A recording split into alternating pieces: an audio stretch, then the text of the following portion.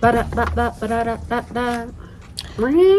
to Sanctuary News. Congratulations on living in interesting times.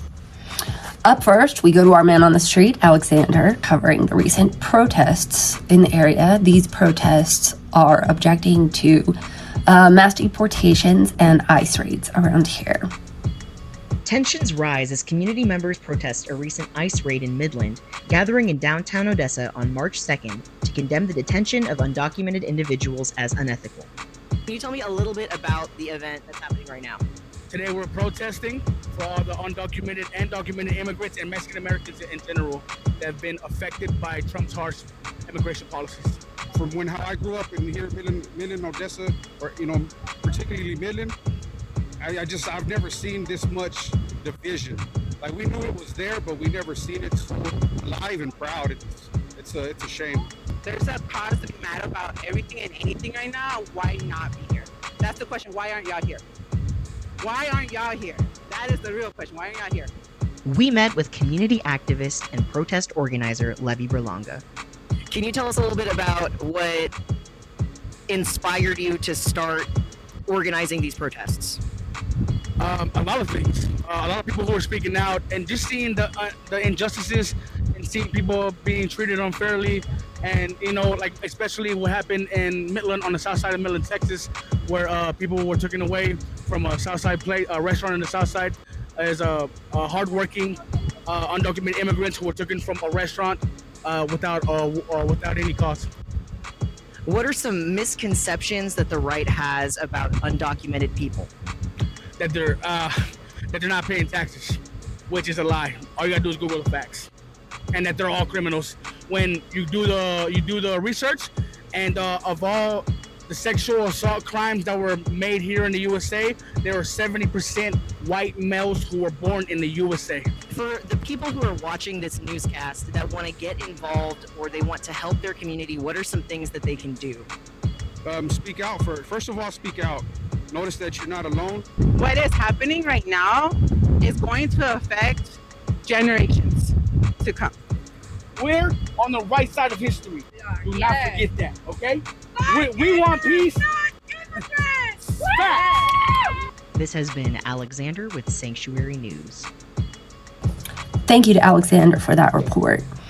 Another protest is planned for March 20th in Midland. This information will be in the comments. Village Day Odessa will be Sunday, March 9th.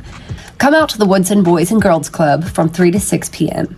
This is a free community event for all ages, a celebration of what people can do for each other when they simply decide to.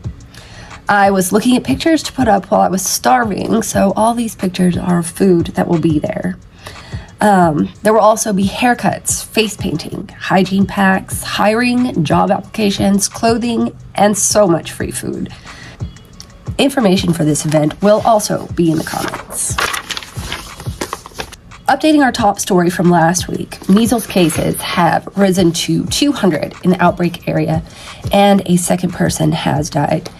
The first was a school-age child who had not been vaccinated, and the second was an unvaccinated adult. Those are the first measles deaths in the United States since 2015. Midland Health Services is holding a vaccine clinic March 8th from 9 a.m. to 12 p.m. That information will be in the comments. Initially, doing this show, I kind of thought I could ignore weather. It's like an app on my phone. If I want to know what's happening with it, I can just look at that. My colleague, Alexander, pointed out to me that we should at least have some updates, including warming and cooling stations, centers, and such things like that. I agree that we would do that when appropriate. However, another round of DOGE cuts may have some effects on us here as well as around the world.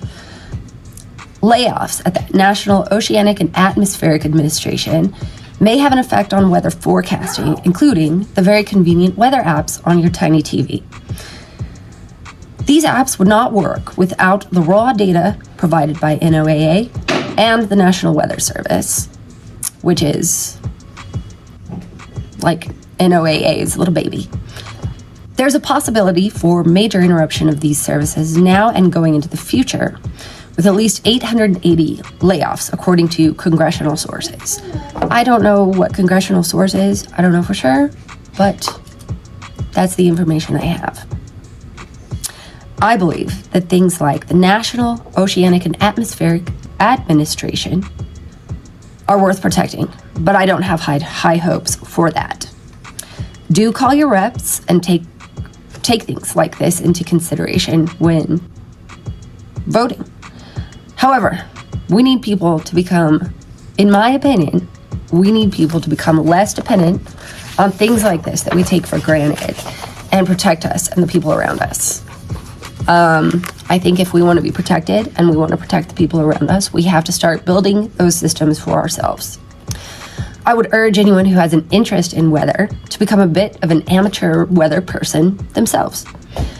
Get in touch with other people like you around the state, around the country. Try to build your own networks person to person so that you can provide something valuable to your community. It's terrible to think about, but maybe we need to start thinking about all of our interests this way. I do not mean turning your hobby into a side hustle. I mean doing it for real, for the benefit of society as a whole. Maybe it's not terrible. I don't know. I admit to some cognitive dissonance around some of this stuff. If you'd like to join Sanctuary News as some kind of weather person, get in touch. I have included in the comments a fascinating article about how weather apps work if anyone is interested. Did you know NOAA has 11 satellites, one of which is all the way out at the Sun-Earth Lagrange point? That's far. State Representative Brooks Landgraf visited Odessa last Saturday for a town hall meeting on education reform. Landgraf mostly focused on the replacement of the STAR test, but did mention education vouchers or savings accounts, which GOP lawmakers really hope to get pushed through this year. This will directly affect your life if you have or plan on having school-age children at some point. Representative Landgraf welcomed contact from the community, saying, "I want to know that I'm hearing all the concerns from the people that I serve." So call him up and tell him your concerns. You can also @ him on whatever social platforms you're on. This contact information will also be in the comments. I educated myself a bit about the workings of our local school systems this week by speaking to Stacy King, former teacher for Midland Independent School District, who attended a recent MISD school board meeting to voice her concerns and was told they were out of time when she asked that those concerns be addressed. My exit interview questions were answered very honestly, and there was no follow-up to that. I wonder, have you followed up with any of the other 15 people who have left that school since the school year started? I know some have thought of this as maybe this was my fault and I'm the problem, but are those other 15 people the problem also? You let everybody else go over their minutes, sir. Please do not bang that gavel at me. I urge you to reflect for the sake of teachers and students. Thank you to viewer Julia Cole for bringing this to my attention. The video recording that prompted me to get in touch with Stacy will be linked in the comments. It's my interview with Stacy King. Hi, Stacy. Welcome to Sanctuary News. Thank you for joining us today. I have a few questions for you about your recent remarks. But first, I'd like to ask you a bit about yourself. Okay. How long have you been a teacher? I decided pretty late in life what I wanted to be when I grew up. And so I've been a teacher for 10 years at ECISD for 5 years. And then I left during COVID. And then I went to Midland ISD and I've been there since. Okay. What grades have you taught since you've been teaching? Like specifically 8th grade. 8th grade. What's your favorite part of working with kids? For me, it's the empowerment. It's empowering them to think critically and to have their own voice and their own opinion in things.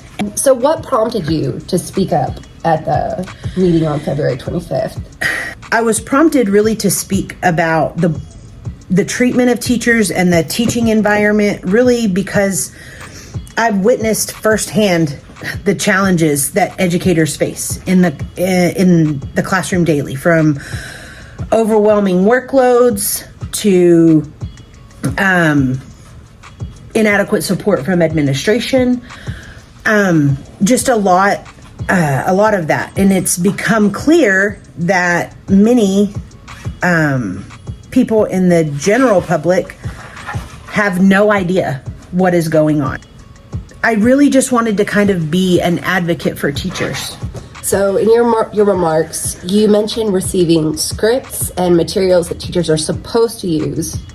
Where do those come from?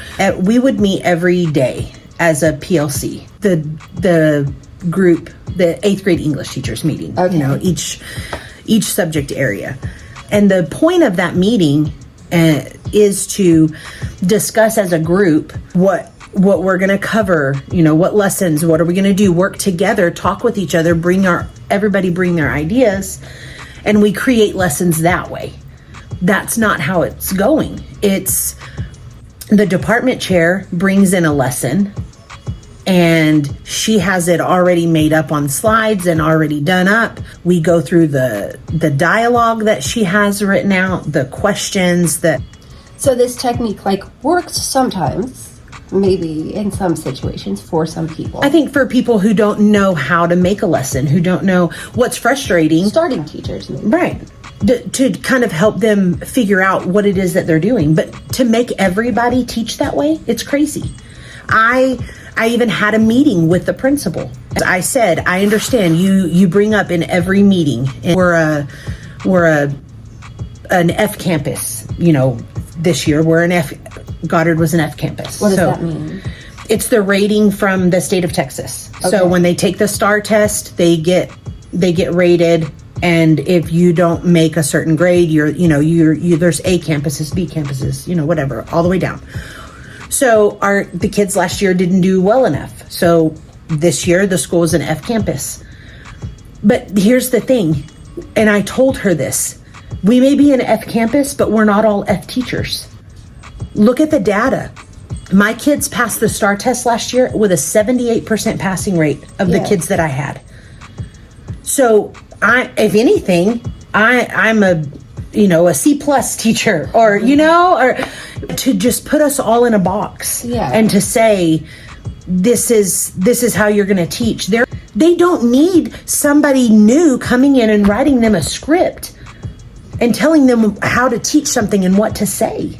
No. So, you did mention 15 other resignations. So I will tell you that as of today, there has, according to this list, they have lost a counselor, a secretary, one clerk, one registrar, one library assistant, 13 teachers, and an assistant principal. So, of those that you've talked to, are these sort of for similar reasons? Oh, absolutely. All this Absolutely. related to this? Specifically, the library assistant and numerous teachers, I can say, and also the one clerk and a secretary.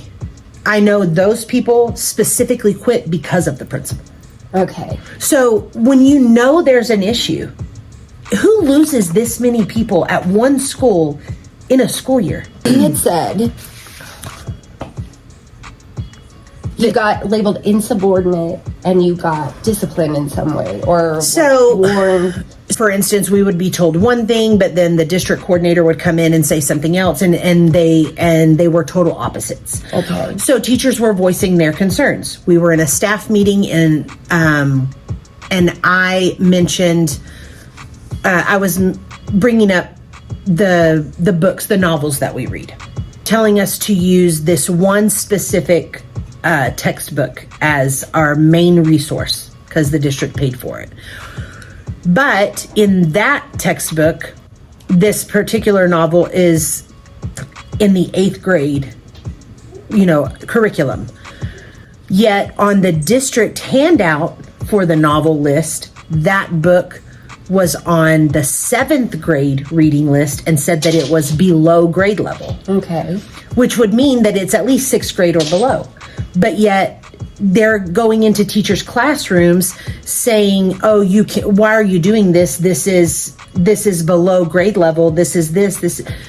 Even though You they see- signed it. Yeah. You know what I'm saying? So in that staff meeting, all I got out was, well, what my concern is, and she yelled at me in front of God and everybody. No, what you're going to do is you're going to stop this right now. We're going to stop arguing. It's going to stop now. And I said, you are absolutely right. I got my stuff. I said, it is going to stop right now. And I got up and I walked out because I did not want to say something that I would regret later. But in that moment, I decided I cannot work here. Was that the instance that you had to take your complaint to the person you were complaining about? I or was went, that it? yes, I went upstairs. At that moment, I went upstairs. I was very upset. I called the TCTA, which is Teacher Association. Okay. And so I called them. They suggested that I contact HR. So I did that. And HR, I said specifically that I wanted to file a complaint, a formal complaint. They told me that I had to go through the process first before I was allowed to file a formal complaint. And I said, okay, what's the process? You need to start with the chain of command. So that would start with your principal. And I said, you realize that that's who I'm complaining about. You want me to complain to the person that I'm complaining about. I went in for that meeting. I sat down and she started talking about what I was doing and what I wasn't doing. And I said, time out. If this meeting is not going to begin with you apologizing for the way you spoke to me yesterday, then we're done. I am a grown woman. I am not a teenager in this school. I work here and I deserve respect. So there is a really big problem, and I think it starts at the state level, that we just assume that because someone has a bunch of letters after their name, it makes them more capable to do a job. The issue is that I may only have a bachelor's degree, but I have a bachelor's degree in English. I have a teaching certification to teach English. So my degree is specific to what I'm teaching, but yet I have somebody coming in with a master's degree in education that is going to tell me how to teach my content. Right. Which is something you have been doing For with 10 good years, results. and they were maybe in the classroom for 2 years. Right. Okay, let's talk about these race-based benchmarks. I brought this to show you. Okay, so, and I marked out the kids' names because I don't want to do that, but this was last year. So they took a test. This was the 27-week benchmark. Okay. So the way and I'll just show everybody, the way I color code it was using the same color codes that they use for the STAR test. Okay. So basically, red means that they didn't pass the test. Yellow means that they were approaching the grade level, so they passed at that point. Green is meets, and blue is masters. After I left, there was an email that was sent out to the teachers, and it said, has the letterhead and all. This says, new tracker for the second semester. African Americans are yellow and orange for white or Caucasian, because they were told in a meeting to leave all the Hispanics white because there's entirely too many of them to color code. Okay. So we're not going to color code them anymore by the result of their test or their assessment that they took. We're going to have them as a student color coded by their race. At the meeting, you're cut off basically after kind of asking them to address this in some kind of way.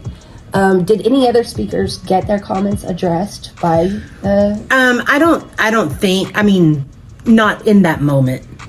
Heard out, but not necessarily Right. addressed. Okay. Right. Did any other teachers get a chance to speak at that meeting? I don't think there were any other teachers that had signed it. Okay. Do you think that some of the reason more teachers aren't talking is because they're in fear for their jobs? Yeah. Okay. I've had teachers tell me that. Well, look, if anybody wants to say something and stay anonymous, you can send them my contact info and be happy to talk to them. Kind of last couple of things. What message would you like people to take away from this interaction that you had with the Midland Independent School District? So what I want people to take away from this interview and from that whole incident is that the current educational system, particularly in Odessa and in Midland, those districts are both struggling with inconsistency and a lack of support for both teachers and for students. I want to highlight the disconnect between the curriculum and the assessments, the one-size-fits-all approach that does not account for the varying needs of students, and the need for more effective differentiation in both teaching methods and resources. Additionally, I aim to underscore the importance of early intervention for students, the necessity of recognizing and addressing learning gaps, the need for authentic teacher input. Teachers should have an input. And I want to advocate for a system that better supports teachers in delivering quality education. Education that truly addresses the diverse needs of every student. Every student. Yes. Right? And I just want to, my whole thing is that district ratings focus on specific demographics. And as a teacher, I'm committed to teaching and improving the educational experience for every student. That's why I became a teacher, not to pinpoint certain students and to focus on them because of their background or because of their identity or because of none of that. I became a teacher to teach kids. And for most teachers, that is why they have that job. That's what they want. Thank you so much for talking to me today. Yeah. I really appreciate it. And hopefully we can do some kind of follow-up sometime. Yeah. See where you're headed. I appreciate you having me. Thank you so much to Stacy for speaking to me about this. I will be posting the full interview later this week, as I think people who find this show valuable will find that interview valuable. Finally, an Amazon boycott has been called for starting today and running through the 14th to show that we as consumers can exercise collective power. Please participate by not buying anything from Amazon or companies that Amazon owns. Really, not anything. That's all for this week. Again, if you'd like to see me cover something, please get in touch. If you'd like to do a story with this station, please get in touch. If you see something you think is newsworthy, get in touch. If you're a teacher or a librarian, I would especially love to hear from you. Until next week, please take care of yourselves and each other.